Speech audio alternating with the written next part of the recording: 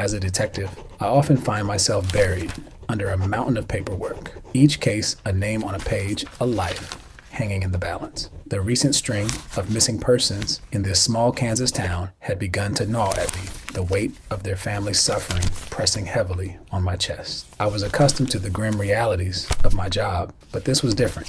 Something felt off. It started with John Doe, a local farmer who disappeared without a trace. The townsfolk were abuzz with rumors, whispers of dark happenings surrounding the Bender homestead. I had heard the name before, often paired with hushed tones and nervous glances. Intrigued, I decided it was time to pay the Bender family a visit.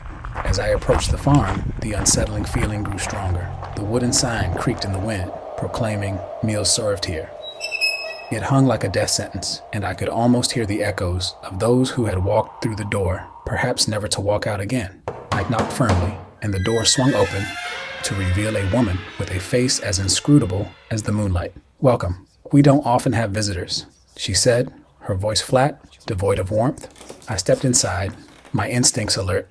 The air was thick with the smell of something I couldn't place, a pungent mix that clawed at my throat. "I'm investigating some missing persons cases," I began, forcing my voice to remain steady. "Have you seen or heard anything unusual?" Her eyes darted toward the back of the house, and I sensed a flicker of something. Fear, perhaps. "We keep to ourselves, mostly, but you might want to ask my husband. He's out back." I followed her gesture, stepping into the dimly lit interior, my heart pounding with anticipation. Outside, the burly figure of her husband loomed over the garden, hands buried in the earth, as if he were trying to hide something beneath the soil.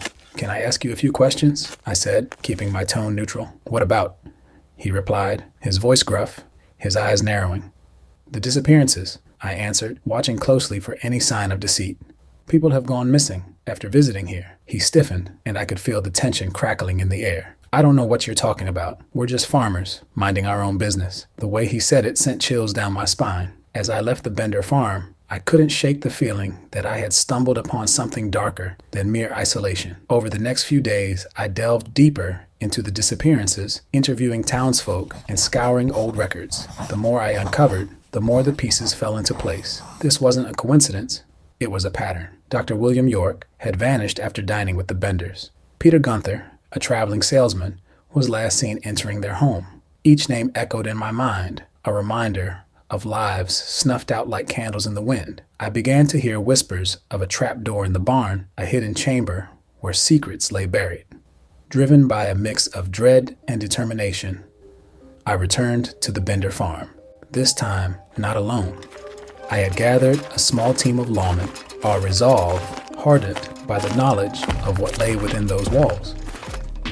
As we approached the barn, the air felt charged, as if we were walking into a storm. With a collective nod, we forced the barn door open, creaking wood, screaming in protest. The scent that wafted up from below was overwhelming, a grotesque mix of decay and despair. Lanterns flickered to life, casting eerie shadows on the walls, illuminating a scene that would haunt my dreams. Beneath the floorboards, we found the remnants of the missing, bones and tattered clothing, a macabre collection that told the story of a hidden horror. The anger surged within me, a fierce blaze igniting my soul. Amid the grim discoveries, we stumbled upon a blood-stained apron, tools that spoke of unspeakable acts, and a trapdoor that led to the very heart of their depravity. But as we emerged from the barn, the realization hit us. The Benders were gone, having slipped into the night like phantoms. In the weeks that followed, I became a figure of legend, the detective who had uncovered a dark chapter in the town's history. But as I pored over the missing persons reports again, the faces of the lost burned in my memory, their lives extinguished by the greed and malice of the Bender family. Though the mystery remained unsolved, I vowed to continue the search for the truth. The names of the victims echoed in my mind, a haunting reminder that justice could not rest until the lost were found and the shadows of the Benders were cast into the light.